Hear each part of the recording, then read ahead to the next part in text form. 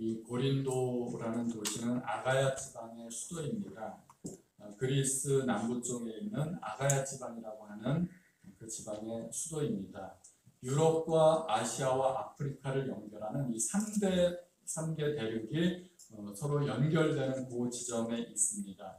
그러다 보니까 당연히 여러 사람들이 그곳을 통과하게 되고 무역업이 발달을 했습니다. 여러 사람들이 모여서 장사를 하다 보니까 경제적으로는 매우 윤택했습니다. 그러나 여러 지방에서 온 사람들이 각자 자기의 신을 섬김으로 말미암아 이방 신전이 많았고 우상 숭배가 성행했던 곳이었습니다. 경제적으로 윤택했기 때문에 생활은 매우 사치했고 또 윤리적으로는 방탕한 삶을 사는 사람들이 많았습니다.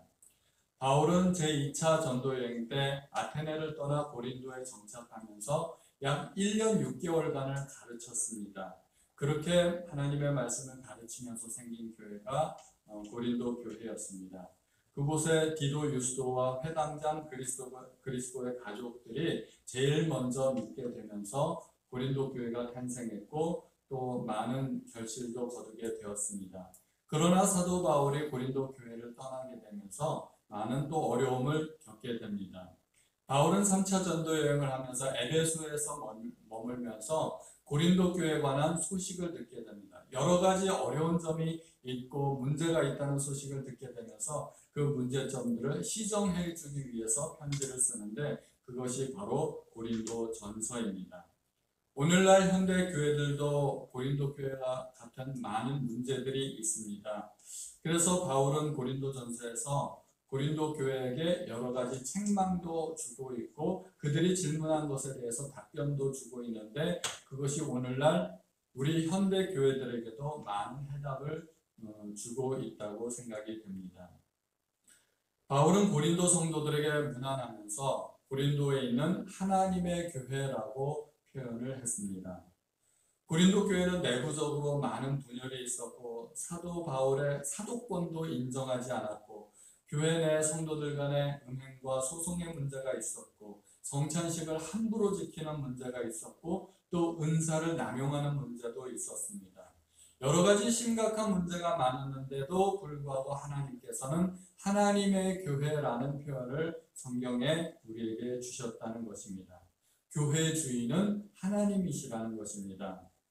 어떤 교회들이 자기네 교회 이름을 하나님의 교회라고 이름 지어가지고 마치 자기들 교회만 하나님의 교회인 것처럼 주장을 하기도 하는데 이름이 하나님의 교회라고 해서 진짜 하나님의 교회가 되는 것은 아닙니다. 예를 들어서 제가 아들을 낳아서 이름을 다윗이라고 짓는다고 진짜 다윗이 되는 것은 아니잖아요. 이름은 얼마든지 지을 수 있습니다. 다윗이라고 지을 수도 있고 모세나 바울이라고 지을 수도 있는데 그렇다고 해서 진짜 그런 인물이 되는 것은 아닙니다. 하나님의 교회라는 이름을 사용한다고 해서 진짜 하나님의 교회가 되는 것은 아니라는 것입니다. 바울이 그렇게 말을 했을 때 바울의 의도는 모든 교회의 주권은 하나님께 있다는 뜻이었습니다. 하나님의 교회라는 말은 하나님께서 피 흘려 사신 교회이고 하나님께서 다스리시고 하나님께서 이끌어 주시는 교회라는 의도가 있었던 것입니다. 그런데 고린도는 어떠한 곳이었나요? 사치와 방탕이 있고 우상 숭배가 있고 세상의 지혜를 추구하는 헬라 철학이 발달했던 곳입니다. 그러므로 고린도에 있는 하나님의 교회란 타락한 세상 가운데 존재하는 거룩한 하나님의 교회라는 의미가 있었던 것입니다. 그것은 어두운 세상 가운데 빛으로 드러나는 그리스도인들이 존재하고 부패한 세상 가운데 소금으로 존재하는 그리스도인들의 모습을 보여주는 것입니다. 그들 가운데 있지만 그러나 동화되지 않고 구별된 모습으로 존재하는 성도들과 교회의 모습인 것입니다. 바울은 고린도 성도들에게 인사하면서 그들을 특별한 말로서 표현을 합니다. 그리스도 예수 안에서 거룩하여지고 성도라 부르심을 받은 자들과 또 각처에서 우리의 주 곧 그들과 우리의 주 되신 예수 그리스도의 이름을 부르는 모든 자들이라고 표현을 합니다. 이것이 성도에 대한 정의라고 할 수가 있습니다. 하나님께서는 이 구절을 통해서 성도에게 요구하시는 것, 성도의 정체성 두 가지를 보여주고 계십니다. 그것은 첫 번째로 거룩한 무리라는 것이고, 두 번째로는 주 예수 그리스도의 이름을 부르는 모든 사람들이라는 것입니다. 성도라는 말은 성자의 무리라는 뜻입니다. 성자, 세인트가 모인 곳이 바로 성도라는 것입니다. 성자들이라는 뜻입니다. 우리가 평화의 기도를 작시한 프란시스코 아시죠? 프란시스코를 부를 때 성 프란시스코라고 부릅니다. 어거스틴을 부를 때도 성 어거스틴이라고 그렇게 부릅니다. 그렇게 특별히 거룩한 사람들을 일컬어서 우리는 성자라고 부르고, 그 이름 앞에 거룩할 성자를 붙여서 우리가 부르게 됩니다. 그러므로 이 성자라는 호칭은 얼마나 존귀하고 아름다운 호칭인지 모르겠습니다. 그런데 사도 바울은 고린도의 모든 성도들에게, 그리고 모든 그리스도인들에게 성도라는 호칭을 붙여주고 있는 것입니다. 이 이름은 우리 그리스도인들에게 얼마나 존귀한 이름인지 알 수 없습니다. 우리는 이 이름을 갖고 있는 것에 대해서 자랑스러워해야 됩니다. 남들이 인정해 주든지 안 해주든지 간에 우리는 성도이고 성자라는 것입니다. 거룩한 사람이라는 것입니다. 우리 그리스도인들이 서로를 향해 부르는 호칭들이 여러 가지가 있습니다. 형제, 자매라고 부르기도 합니다. 그것은 우리가 그리스도 안에서 한 가족이 되었기 때문에 가족 관계를 중요하게 생각해서 부르는 호칭입니다. 우리 교회에서는 성도님이라는 호칭을 많이 사용하죠. 또 부르기가 잘 마땅한 호칭이 없고 새로운 성도님들이 있을 때 집사님하고 얼핏 부르는 경우도 있는데, 집사라는 말은 사실은 호칭이 아니고 교회에서의 직분을 가리키는 말입니다. 원래 뜻은 집안을 돌보는 하인이라는 뜻입니다. 그러므로 사실은 집사님이라고 부르는 것보다는 성도님이라고 부르는 것이 훨씬 더 상대방을 존중하는 의미가 있습니다. 우리 교회에서는 공식적으로 성도님이라는 호칭을 많이 사용했으면 좋겠다는 생각이 듭니다. 그것이 서로 상대방을 높여주고 존중해주는 의미가 있습니다. 사실은 목사도 성도고 장로님이나 권사님들도 모두가 성도님이십니다. 우리가 서로를 향해서 성도님 하고 불러준다면 당신은 거룩한 분입니다 하고 인정해 주는 것입니다. 우리 서로를 향해서 그렇게 인사를 한번 해볼까요? 성도님은 거룩한 분이십니다. 성도님은 거룩한 분이십니다. 우리의 정체성이 바로 그런 겁니다. 우리는 거룩한 사람이라는 것입니다. 하나님께서 당신의 자녀들을 성도로 부르셨을 때 두 가지 요구사항이 있습니다. 하나님께서 당신의 백성들에게, 성도들에게 요청하는 두 가지 사항, 그것이 말씀드린 대로 첫 번째는 거룩함입니다. 두 번째는 주 예수 그리스도의 이름을 부르는 것입니다.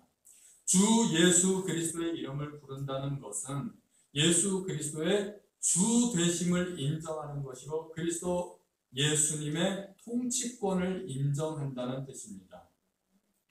교회는 어떠해야 될까요? 교회가 가지는 특성과 성품이 있을 것입니다.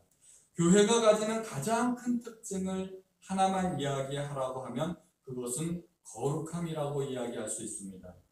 레위기 11장 45절에 나는 너희의 하나님이 되려고 너희를 애굽 땅에서 인도하여 낸 여호와라, 내가 거룩하니 너희도 거룩할지어다.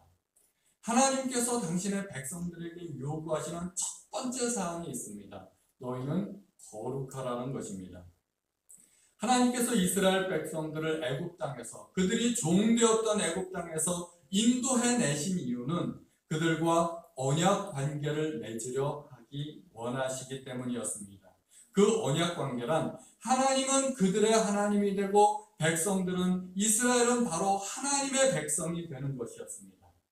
마치 결혼식을 통해서 한 남자와 여자가 만나 남편과 아내로 맺어지는 것과 같습니다.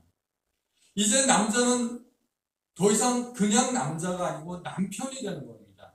그래서 결혼을 하게 되면 남자와 여자가 특별한 관계가 되는 것입니다.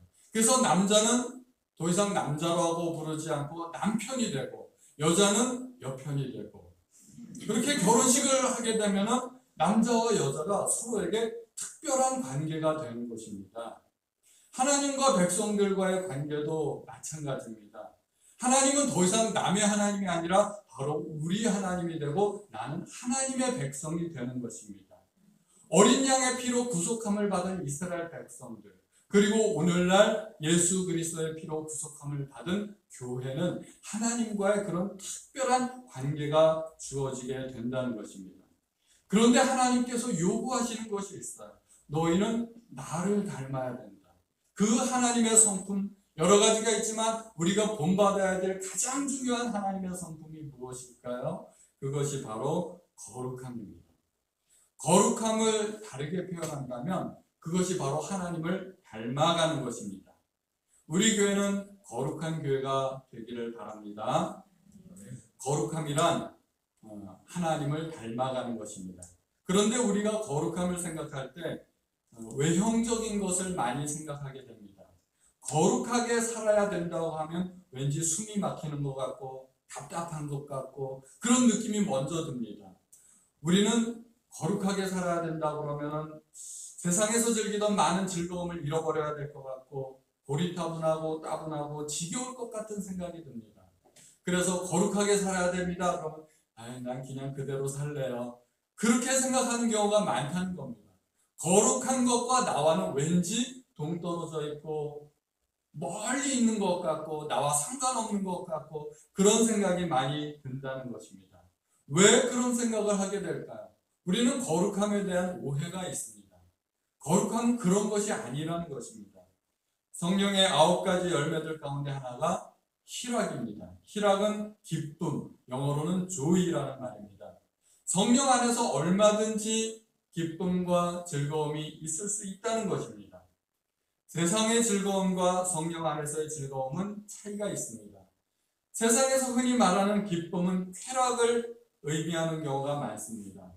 세상에서의 쾌락은 육체적이고 순간적이고 또 건전하지 못한 경우가 많습니다. 그러나 성령 안에서의 기쁨은 전혀 차원이 다릅니다. 성령 안에서 거룩하게 사는데 무슨 기쁨이 있겠나 싶은 생각이 들 수도 있지만 그것은 우리가 경험해보지 못해서 그렇다는 것입니다. 성령 안에서 거룩한 기쁨을 누려보신 분들은 그 기쁨이 어떠한 것인지 알게 됩니다. 성령 안에서 거룩한 기쁨이 있습니다. 우리가 아직 세속에 물들어 있고 그리스도의 장성한 분량에 이르지 못했기 때문에 우리가 그 기쁨을 알지 못할 수도 있지만 우리가 하나님을 닮아가면 닮아갈수록 그 안에 기쁨과 즐거움이 가득하다는 것을 우리가 알게 됩니다. 성도의 교제가 있고 하나님의 말씀을 깨닫는 기쁨이 있고 찬양할 때 그 하나님께서 주시는 찬양의 기쁨도 있게 되는 것입니다. 논어에서 공자도 그 비슷한 말을 한 적이 있습니다. 하기 시습지 불역열호, 유붕이 자원 방래하면 불역락호와 인부지이 불온 불역분자호. 이게 무슨 말인가 하면 무엇인가를 배우고 때때로 익히면 역시 기쁘지 아니한가, 친구가 먼 곳에서 찾아온다면 이 역시 즐겁지 아니한가, 남이 나를 알아주지 않더라도 노여하지 않는다면 역시 군자답지 아니한가, 이런 것입니다. 우리가 주일날 모여서 예배를 드리면서 하나님의 말씀을 듣고 깨달음을 얻게 됩니다. 여기에 깨달음의 기쁨이 있지 않겠습니까? 말씀을 들으면서 하나님의 그 오묘하신 섭리를 우리가 깨닫고 하나씩 알아간다면 거기에서 오는 기쁨이 있을 수 있습니다. 또 예배 후에 멀리서 모인 우리 성도님들이 교제하고 식사하고 함께 하나님의 말씀을 나눈다면 거기서 오는 또 교제의 기쁨이 있습니다. 우리가 그렇게 하나님의 백성이 되어간다면 세상 사람들이 알아주지 않더라도 우리에게는 만족함이 있고 기쁨이 있을 수 있습니다. 그 기쁨은 세상 사람들이 알지 못하는 수준 높은 그런 기쁨이 되는 것입니다. 그런데 그러한 기쁨이 아직 기쁜 것으로 여겨지지 않는 분들도 계실 수 있습니다. 우리 학생들은 공부하는데 얼마나 힘들겠습니까? 공부하려면 정말 짜증나고 힘들고 그러면은 참 공부하는 게 기쁨이 안 되죠. 그러면은 난 공부하기 싫은데 그런 학생들은 이렇게 이야기할 수 있을 것 같아요. 하기 시습지 불역열호, 배우고 때맞춰 복습한다면 열받는 일이 아니겠는가. 학생들은 그렇게 말할 수도 있을 것 같아요. 그런데 우리가 하나씩 하나씩 우리의 몸에 배우고 익혀간다면, 그것이 우리의 습관이 되어간다면 기쁨이 될 수 있다는 것입니다. 우리 성도님들 중에서도 술 마셔보신 분들 많이 계시죠? 처음 술 마실 때 어떠세요? 처음 술 마실 때, 태어나서 머리털 나고 처음 술 마셔볼 때 그 술 맛은 굉장히 씁니다. 쓰고 맛이 없습니다. 기억나시나요? 그리고 술을 처음 마셔본 사람들이 대개 하는 말, 이런 걸 왜 마셔? 처음에는 대개 그렇게 말을 하죠. 그런데 한 잔 마시고 두 잔 마시고 자꾸 마시다 보니까 나중에는 정말 술 맛을 알게 되는 것입니다. 나중에는 술 맛이 단맛처럼 느껴지게 되는 경우도 있습니다. 태어날 때부터 술 맛이 혀끝에 착 달라붙는 그런 사람들이 있나요? 그런 사람은 없습니다. 술 맛도 자꾸 마시다 보니까 그 술 맛을 알게 되는 것처럼 성령의 충만함 그리고 거룩함도 그렇게 된다는 것입니다. 제가 아는 어떤 분이 이런 말을 해요. 사람이 고기 먹을 때 어떻게 물을 마시는지 나는 알 수가 없다. 고기 먹을 때는 반드시 술을 마셔야 고기 맛이 난다는 거예요. 그분은 고기 먹으면서 물 마시는 게 이해가 안 되는 사람이에요. 진짜 술 맛을 아는 사람입니다. 그런데 우리는 고기 먹으면서 사이다 마시고 물 마시고 얼마든지 가능하지 않습니까? 그것이 가능할 수 있습니다. 술도 먹다 보니까 맛을 알게 되는 것입니다. 그런데 그 술로 인한 기쁨은 단점이 많습니다. 일단 돈이 많이 들어갑니다.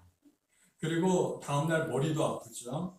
그리고 주사가 심한 경우가 있습니다. 주사 심한 경우는 주변 사람들이 굉장히 고통을 받게 됩니다. 성령 안에서의 기쁨은 차원이 다릅니다. 내가 성령 충만하고 거룩하게 되면 나도 기쁘고 내 주변 사람들을 내가 배려해 주기 때문에 주변 사람들도 함께 기뻐하게 됩니다. 여러 사람들에게 칭찬받고 그리고 돈이 안 들어갑니다. 얼마나 좋은 일인지 알 수 없습니다. 그래서 성경은 우리에게 성령 충만을 명령하고 있습니다. 술 취하지 말라 이는 방탕한 것이니 오직 성령으로 충만함을 받으라고 말하고 있습니다. 성도의 두 번째 특징이 있습니다. 그것은 주 예수의 이름을 부른다는 것입니다. 주 예수의 이름을 부른다는 것은 예수님을 주님으로 인정하고 그분의 통치를 받는다는 것입니다. 우리가 예수님을 주님이라고 부른다면서도 그렇게 부르면서도 주님의 통치를 받지 않는다면 그것은 사실상 주님을 주님으로 인정하지 않는 것입니다. 너희는 나를 불러 주여 주여 하면서도 어찌하여 내가 말하는 것을 행치 아니하느냐? 주님께서 답답해서 하신 말씀입니다. 우리는 이 땅에 살면서 궁극적으로 추구해야 할 것이 있는데 그것은 하나님의 나라입니다. 지금 이 세상은 병들었고 고장난 세상입니다. 하나님의 나라가 완전하게 임하게 되는 이 세상의 모든 문제가 다 사라질 것입니다. 예를 들어 지금은 온 세상이 코로나 바이러스 때문에 난리가 아닙니다. 여행도 못하고 영업도 안 되고 아이들 학교에도 못 가고 예배도 제대로 드리지 못하고 우리가 이렇게 제한적으로 드릴 수밖에 없습니다. 우리는 이러한 여러 가지 문제로 하나님 앞에 기도할 수 있습니다. 장사가 안 되는 분들은 영업 실적이 올라가도록 기도할 수 있습니다. 우리의 자녀 교육 문제를 위해서 기도할 수 있고 예배를 자유롭게 드리게 해달라고 하나님 앞에 기도할 수도 있습니다. 그러나 코로나가 이 땅에서 완전히 사라지게 되면 이 모든 문제들은 저절로 한꺼번에 해결이 되는 것입니다. 우리는 코로나로 인한 문제로 하나님 앞에 더 이상 기도할 필요조차 없어지게 된다는 것입니다. 마찬가지로 하나님의 나라가 완전하게 이 땅에 임하게 되면 이 땅의 전쟁과 질병과 기근과 자연재해와 같은 모든 인류 문제가 사라질 것이고 우리가 개인적으로 갖고 있던 그 모든 문제들도 한꺼번에 사라지게 될 것입니다. 지금 우리가 안고 있는 여러 가지 기도 제목들, 하나님의 나라가 이 땅에 임하게 된 다음에 그 뒤에도 우리가 여전히 똑같은 기도 제목으로 하나님 앞에 기도하게 될까요? 전혀 그렇지 않을 것입니다. 하나님의 나라가 이 땅에 오게 되면 모든 문제가 다 사라질 것입니다. 그래서 주님께서 사역을 시작하시면서 가장 먼저 외치신 것이 있습니다. 회개하라, 천국이 가까이 왔느니라. 주님께서 부활하신 후에도 제자들에게 다니시면서 자신의 부활하신 모습을 보여주시면서 제자들에게 말씀하신 것이 하나님 나라의 일들이었습니다. 주님은 제자들에게 기도를 가르쳐 주시면서도 아버지의 나라가 오게 해달라고 가르쳐 주셨습니다. 그런데 하나님의 나라라는 것은 하나님의 다스리심과 통치를 의미합니다. 마귀가 다스리는 곳에는 마귀의 나라가 있고 하나님께서 다스리시는 곳에는 하나님의 나라가 임하게 되는 것입니다. 그래서 하나님의 나라가 임하기 위해서는 하나님도 하실 일이 있지만 사실은 우리가 해야 될 일이 있습니다. 그것은 우리가 먼저 하나님의 통치를 받는 것입니다. 누가복음 17장에 보면 바리새인들이 하나님의 나라가 어느 때 임하니이까 묻거늘 예수께서 대답하여 이르시되 하나님의 나라는 볼 수 있게 임하는 것이 아니요 또 여기 있다 저기 있다고도 못하리니 하나님의 나라는 너희 안에 있느니라 말씀하고 있습니다. 내가 먼저 하나님의 통치를 받는다면 그곳에 하나님의 나라가 임하는 것입니다. 우리 교회는 어떤 교회가 되면 좋을까요? 우리 성도님들이 각자 생각하는 좋은 교회가 있을 것입니다. 저도 제가 생각하는 좋은 교회가 있습니다. 우리 교회는 세상의 때가 묻지 않은 세상의 가치관에 물들지 않은 거룩한 교회가 되기를 바랍니다. 거룩하다는 것은 외면적인 형식을 이야기하는 것이 아니라 하나님의 성품을 닮아가는 것입니다. 성도님들 모두가 성령 충만하고 서로를 배려하고 존중하고 세상 사람들에게 칭찬받는 그런 교회가 될 수 있기를 바랍니다. 또한 우리는 하나님의 통치를 받아야 됩니다. 교회적으로도 개인적으로도 하나님의 뜻이 무엇인지를 분별하게 애써야 하고 하나님의 뜻에 순종하여야 합니다. 하나님의 통치가 임하게 하려면 첫 번째로 해야 할 일은 내 생각과 내 경험, 내 고집을 내려놓아야 됩니다. 포기해야 됩니다. 내 생각을 내려놓을 때 비로소 하나님의 음성을 들을 수 있습니다. 우리가 아무리 기가 막힌 설교를 듣는다 하더라도 내 생각과 경험을 내려놓지 않으면 하나님의 말씀이 우리 속에 들어올 수 있는 공간이 없습니다. 그러면 길가의 밭과 같이 되어서 떨어진 하나님의 말씀을 마귀가 가로채 가버리는 것입니다. 씨앗이 열매를 맺으려면 땅에 심겨져야 하고 하나님의 말씀은 가슴속에 품어져야만 열매를 맺을 수 있습니다. 저는 고린도전서를 통해서 한 가지 희망을 발견하게 됩니다. 고린도 교회는 성경에서 가장 문제가 많은 교회였습니다. 그럼에도 불구하고 하나님께서 주신 은사와 능력이 있었고 바울이 감사 기도 제목을 올렸고 하나님의 은혜와 섭리가 있었던 교회였습니다. 이것은 교회도 그렇지만 개인도 동일하다고 생각합니다. 하나님께서는 당신의 교회를, 당신의 백성을 절대로 포기하지 않으시고 이끌어 주신다는 것입니다. 우리는 여전히 미숙하지만 그래도 하나님은 거룩한 백성으로 인정하시고 은혜와 평강을 주실 것입니다. 거룩하신 하나님께서 이끌어 주시는 은혜가 오늘도 충만한 그런 하루가 되실 수 있기를 우리 성도님들께 축원드립니다. 우리